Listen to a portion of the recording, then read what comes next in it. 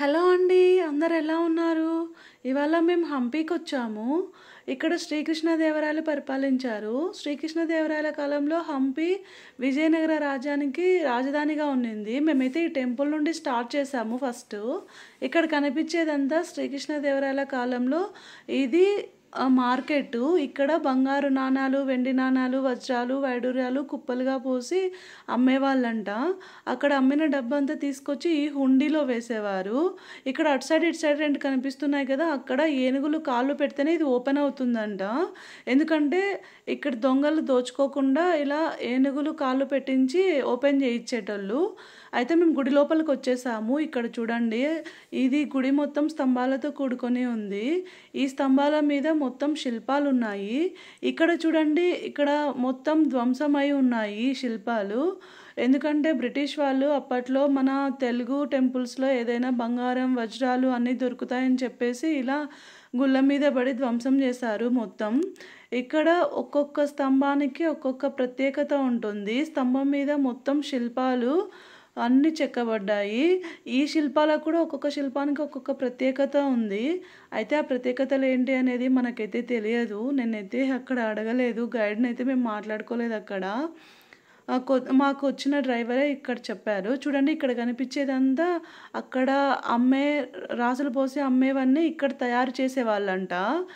ఇక్కడ చూడండి, ఇది ఇక్కడ కనిపించే దేవుడు ఏంటంటే ఒకే రాయితోనే ఇలా సింగిల్ రాయితో చెక్కారంట మొత్తం ఇక్కడ కనిపించే దేవుణ్ణి. ఇక్కడ లక్ష్మీ నరసింహస్వామి, శివుడు, ఇంకొక దేవుడు ఉన్నారు, ముగ్గురు ఉన్నారు ఇక్కడ. నాకైతే ఇంకొక దేవుడి పేరేంటో తెలియలేదు. అయితే ఒకే రాయితోనే చెక్కారంట. పక్కన శివాలయము. ఈ శివాలయం ఏంటంటే ఆ కాలంలో ప్రజలు రాజులు పూజించే దేవుడికి వెళ్ళకుండా వీళ్ళకి సపరేట్గా ఇలా శివాలయం పెట్టారు. ఇక్కడ కనిపించే రాళ్ళు ఏంటంటే ఇవి అక్కా చెల్లెళ్ళ రాళ్ళు. దీనికి కూడా ఒక ప్రత్యేకత ఉంది, అయితే తర్వాత వీడియోలో చెప్తాను. ఇక్కడ మేము మధ్యలో వెళ్తున్నప్పుడు వీరభద్రస్వామి టెంపుల్ కనిపించింది. ఇక్కడైతే లోపల స్వామిని వీడియో తీయాలనుకున్నాను, కానీ వాళ్ళు ఫొటోస్ అలో లేదన్నారు, తీసుకోకూడదన్నారు. ఇక్కడ పక్కనే మళ్ళీ ఇక్కడ శివాలయం ఉందండి. ఈ శివాలయం ఏంటంటే శ్రీకృష్ణదేవరాయలు వాళ్ళ అమ్మ వాళ్ళు పూజ చేసుకోవడం కోసం అని చెప్పేసి, అమ్మ నాన్న పూజ చేసుకోవడం కోసమని ఇక్కడ ఈ శివాలయం కట్టించారు. దీని ప్రత్యేకత ఏంటంటే లోపల నీళ్లు ఎప్పుడూ ఊరుతూనే ఉంటాయి. చూడండి, మేమైతే లోపలికి వెళ్తున్నాము.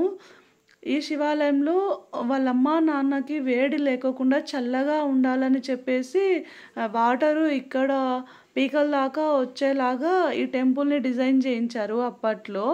వాళ్ళమ్మ వాళ్ళ నాన్న ఎక్కడికి దూరం వెళ్ళలేరని చెప్పేసి ఇక్కడ దగ్గరలో ఉండాలని ఈ టెంపుల్ని డిజైన్ చేశారు.